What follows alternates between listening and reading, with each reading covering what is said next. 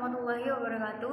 Halo semuanya, perkenalkan nama saya Mudita Riastiti dari kelas penyuluhan pertanian berkelanjutan 3B dengan NIM 0401205557. Pada kesempatan kali ini saya akan menjelaskan bagaimana cara penggunaan sistem informasi kalender tanam terpadu versi 3.3 musim hujan bulan Oktober sampai dengan Maret tahun 2021-2022. Mari simak videonya.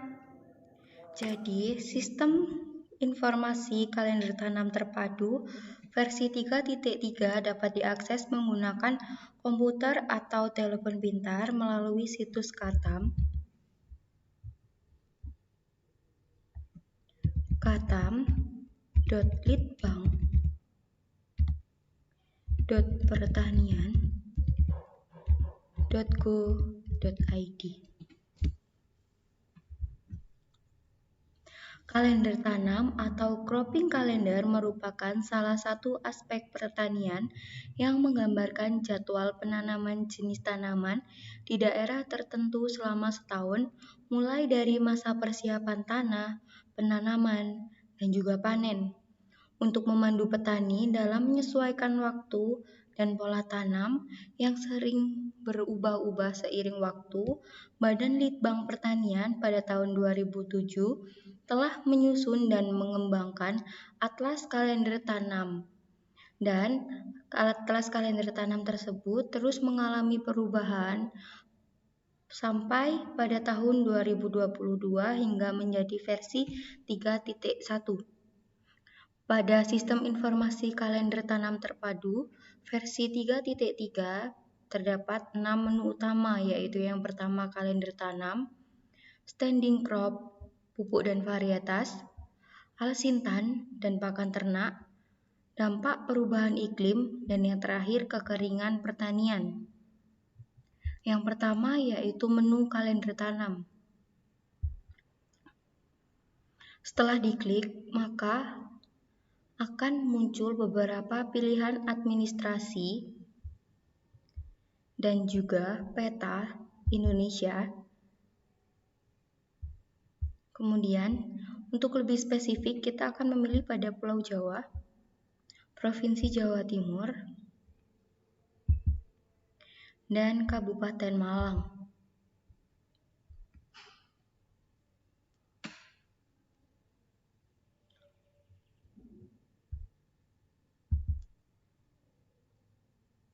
Pada Kabupaten Malang, kita akan spesifik memilih wilayah Kecamatan Ngajum.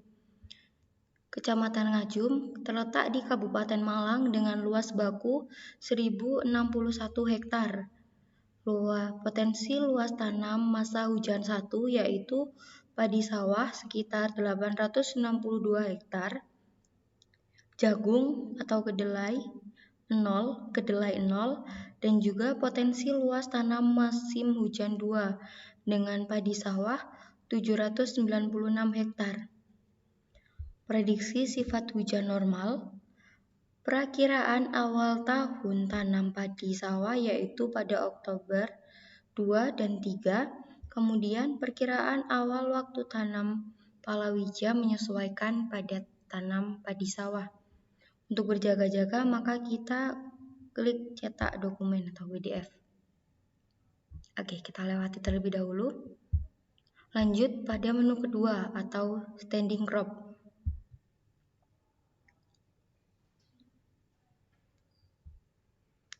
Pada standing crop ini juga terdapat menu pilih administrasi.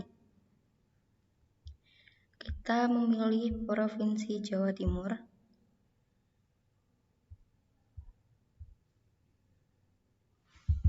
Dan kita lebih tepatkan lagi petanya untuk lihat lebih jelas. Berdasarkan keterangan rekapitulasi Provinsi Jawa Timur komoditas padi sawah, total luas lahan berikut dengan beberapa fase yang dijelaskan mulai dari fase air, fase vegetatif, fase generatif, fase pemasakan, fase bera, dan awan. Untuk prediksi panen yaitu pada bulan Agustus 2021 September 2021 dan juga Oktober 2021. Beralih ke menu yang ketiga, yaitu pupuk dan varietas. Pada bagan pupuk dan varietas, kita juga diharuskan memilih wilayah yang spesifik menuju ke Kabupaten Malang. Pada bagan di samping dijelaskan mengenai ID administrasi wilayah, kecamatan, kemudian juga padi tunggal versi 2021 dengan beberapa pupuk yang dibutuhkan beserta dosisnya kilogram per hektar.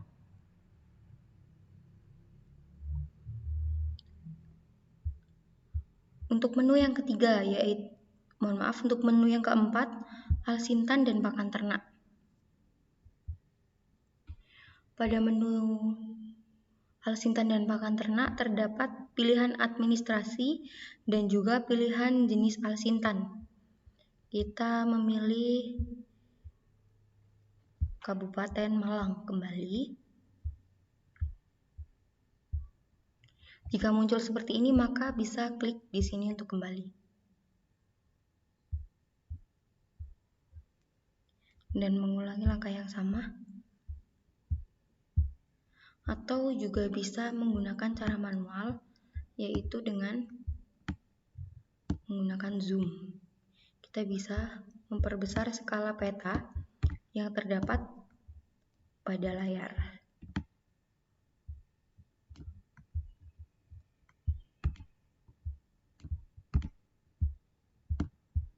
Nah, ini pada daerah Kabupaten Malang.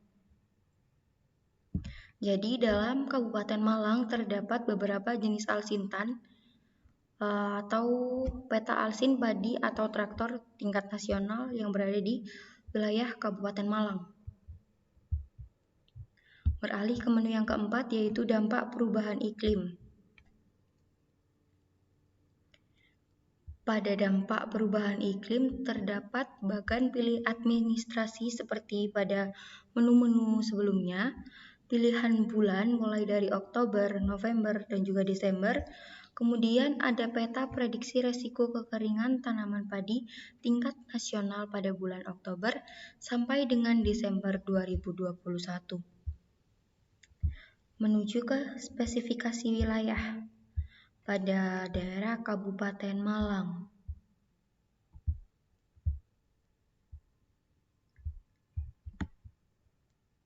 Nah, ini bulan Oktober, bulan November, dan juga bulan Desember. Dapat dilihat bahwa tidak terjadi banyak perubahan secara signifikan pada prediksi resiko kekeringan tanaman padi tingkat Kabupaten Malang. Beralih ke menu terakhir, yaitu kekeringan pertanian. Pada kekeringan pertanian terdapat bagan pilih administrasi dan juga peta kerawanan musiman banjir padi tingkat nasional. Yang pertama, kita bisa memilih Pulau Jawa, Jawa Timur, dan Kabupaten Malang. Berdasarkan peta yang terlihat, maka ada warna hijau muda dengan tingkat kerawanan aman dan luas lahan yang terkena yaitu 0 sampai 10 hektar. Di sini juga ada mulai dari peta rawan, data rawan, kerusakan tanaman,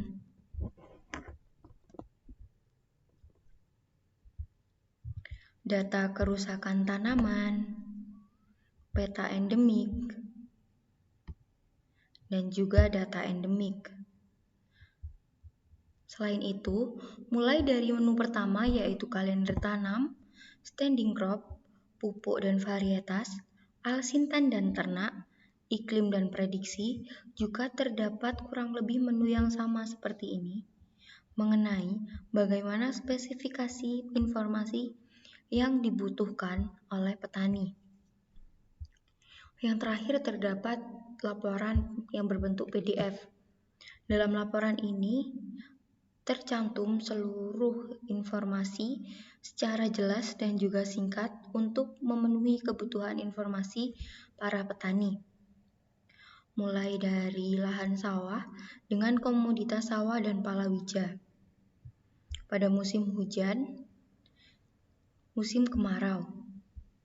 Kemudian juga ada rekomendasi pupuk pada pupuk tunggal dan pupuk majemuk dengan komoditas padi dan palawija. Selanjutnya ada kalender tanam terpadu mengenai komoditas padi sawah, jagung, kedelai, dan ini termasuk pada data kalender tanam terpadu mengenai data alat dan sarana pertanian atau alsintan yang berada di wilayah Kecamatan Ngajum.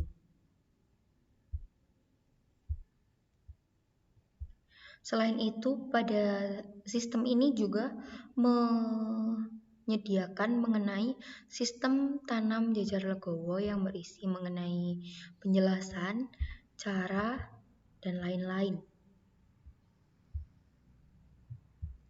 Jadi, pada dasarnya, sistem informasi kalender tanam terpadu versi 3.3 musim hujan Oktober sampai dengan Maret 2021 merupakan salah satu sarana yang diberikan oleh pemerintah atau Kementerian Pertanian dengan tujuan untuk memudahkan para petani mengakses seluruh informasi yang dibutuhkan dalam menentukan masa tanam yang mereka butuhkan. Demikian penjelasan dari saya. Terima kasih atas perhatiannya dan sampai jumpa lagi. Assalamualaikum warahmatullahi wabarakatuh.